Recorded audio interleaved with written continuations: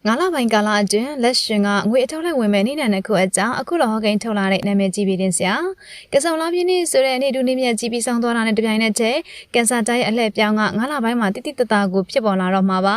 atit ka anyat ni akong kin sin pi ro akhu ngala bang ma ngo wen kwin akaung so ne yat ti ni de ni nan nakhu acha ngo sia ji ka akhu lo be atit cha ho cha tha ba ri ngala bang ma a lok akan agency de asin pi pi ro let shin nga ngwe de athok lai the lai pain sai nai me ni nan ni ka ro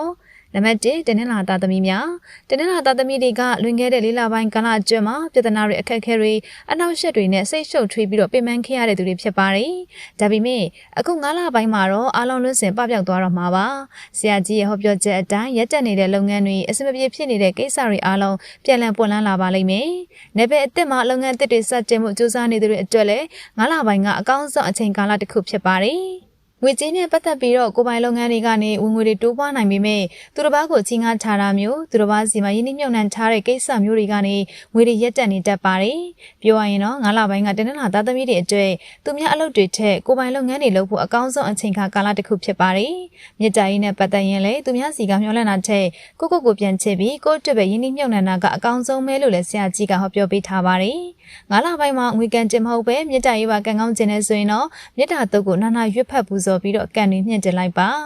နံပါတ်2ဗုဒ္ဓဟူသားသမီးများဗုဒ္ဓဟူသားသမီးတွေကတော့ဒီ9လပိုင်းဆိုတဲ့အချိန်ကာလတစ်ခုမှာအင်မတန်ကြီးပွားတိုးတက်မဲ့သူတွေဖြစ်တဲ့အကြောင်းဆရာကြီးကဟောပြောထားပါတယ်အလောက်ကိုင်းနဲ့ပတ်သက်ရင်တော့အတုံခွန်ဆိုင်အလောက်ရမှာဖြစ်ပြီးတော့လုံသမျှကိုင်းသမျှအရာထင်နေမဲ့အချိန်မှာ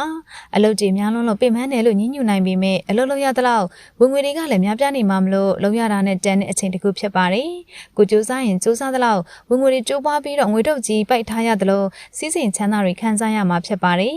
အခု9လပိုင်းမှာဗုဒ္ဓဟူသားသမီးတွေအတွက်ရည်ရွယ်ချက်တွေကိုစတင်အကောင့်ထည့်ဖို့အတွက်အကောင်းဆုံးကာလဖြစ်ပြီးတော့ကြံစည်ထားတဲ့ကိစ္စတိုင်းကအလိုလိုနေရင်ကိုအောင်မြင်မှုလမ်းကြောင်းပေါ်ရောက်လာပါလိမ့်မယ်အခုသတိထားရမှာကတော့ဒီနေ့နံပိုင်ရှင်တစ်ခုစီလုံးကငွေတွေအများကြီးဝင်နေသလောက်တစ်ဖက်မှာလည်းပြန်ထွက်ရမယ့်ကိစ္စတွေရှိနေတတ်ပါတယ်မြစ်တာရေးမှာလည်းပူပန်တော့ကရောက်ရတာကတော့ဗုဒ္ဓဟူသားသမီးတွေလည်းပါဝင်နေပါတယ်ငွေတွေရှိနေရင်ကြောင်းမှာမြစ်တာရေးကြောင့်စိတ်ညစ်ရတာမျိုးဖြစ်တယ်လို့အချီးအိမ်အောင်ရေးပိုင်းမှာတော့အထူးသတိထားပြီးတော့အလျှော့တင်လုပ်ဖို့လိုအပ်ပါလိမ့်မယ်ဗုဒ္ဓဟူသားသမီးတွေမြစ်တာရေးကံကအောင်ဘုရားကိုသွားပြီးတော့ကိုယ့်ရဲ့မွေးနေ့တောင်မှာနှင်းစီပန်း10ပွင့်ကတ်လူပူဇော်ပြီးတော့ဆုတောင်းပေးပါနာမည်ကျော်ပြီးတင်ဆရာကြီးရဲ့တိကျတဲ့ဟောကိန်းတွေအရာတနင်္လာနဲ့ဗုဒ္ဓဟူသားသမီးတွေက9လပိုင်းရဲ့ကန်တိုးရှင်တွေဖြစ်ကြပြီးတော့မြစ်တာရေးမှာတော့အားနည်းနေတာကိုတွေ့ရပါတယ်ဒါပေမဲ့မြစ်တာရေးကန်ဆိုတာငွေကြီးနဲ့လည်းသက်ဆိုင်နေတာမလို့ကိုကကန်ဆာတာမြင့်တက်နေတဲ့9လပိုင်းမှာငွေတွေအထောက်လိုက်ပိုက်နိုင်အောင်စူးစမ်းရှာဖွေပြီးတော့9လပိုင်းကျော်လွန်သွားမှမြစ်တာရေးကိုစဉ်းစားဖို့အတွက်ဆရာကြီးကအမှားကြားထားပါတယ်အခုဗီဒီယိုကိုကြည့်ရှုနေကြတဲ့အထဲမှာ9လပိုင်းကန်ထိုးရှင်တနင်္လာနဲ့ဗုဒ္ဓဟူသားသမီးတွေပါဝင်နေတဲ့ဆိုရင်ကွန်မန့်မှာပြောသွားပြီးခဲ့ပါအောင်နော်